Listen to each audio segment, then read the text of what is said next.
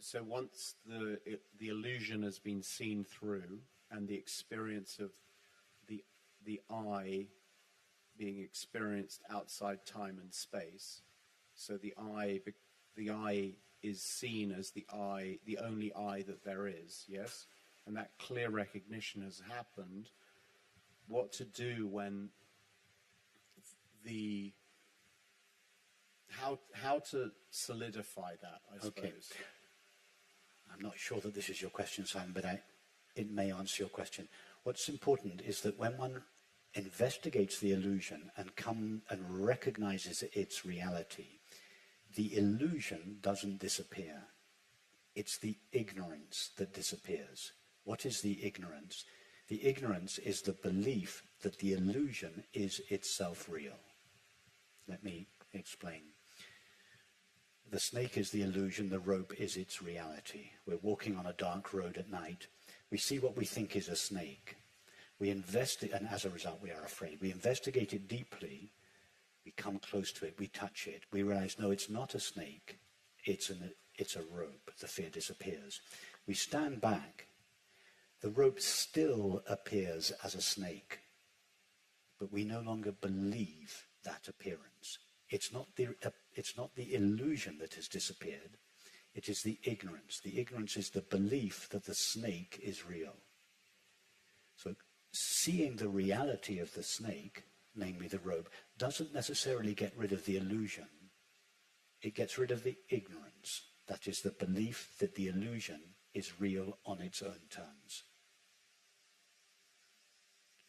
So the recognition of the reality of the world, the one infinite being, does not put an end to the illusion of the world. The world, if the Buddha was sitting with us now, he would see exactly the same world as we see, but its appearance would have lost its capacity to veil its reality.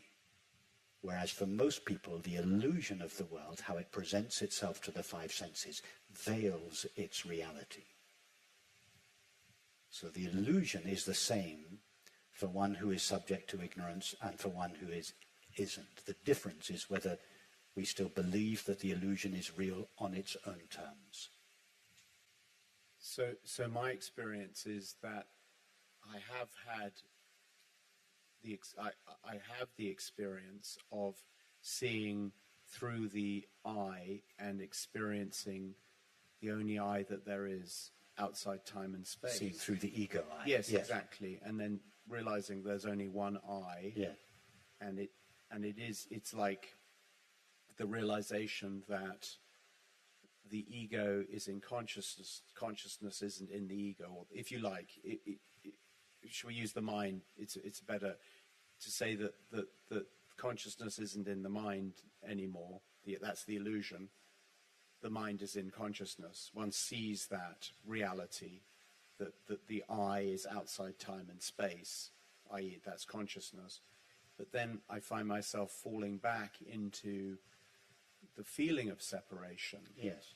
So what would be your advice? Yes, you keep going back to either the belief or the feeling in separation. Simply the feeling. Yeah, the feeling. Simply because, yes, the feeling outlives. The belief may have come to an end, but the feeling remains, yes. That's simply because we've been rehearsing the feeling of separation for so many decades. It's a well-worn habit.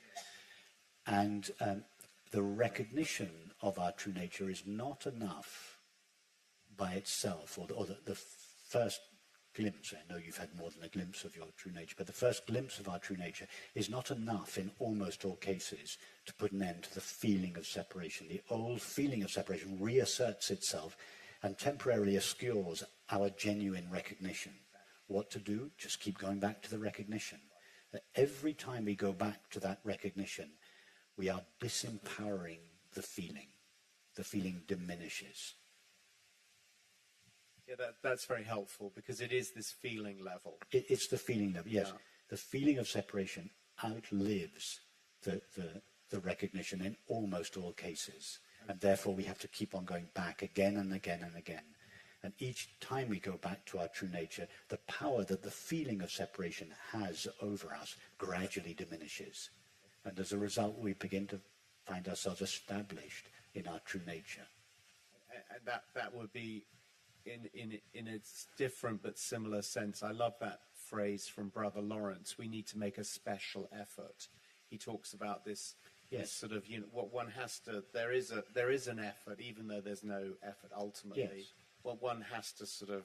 Yes, the special effort we make is when we have been taken over again, in spite of our genuine recognition of our true nature, when we have been taken over by the feeling of separation, and we seem as a result to have become a separate self, then as that apparently separate self, we have to make the special effort to return to ourself.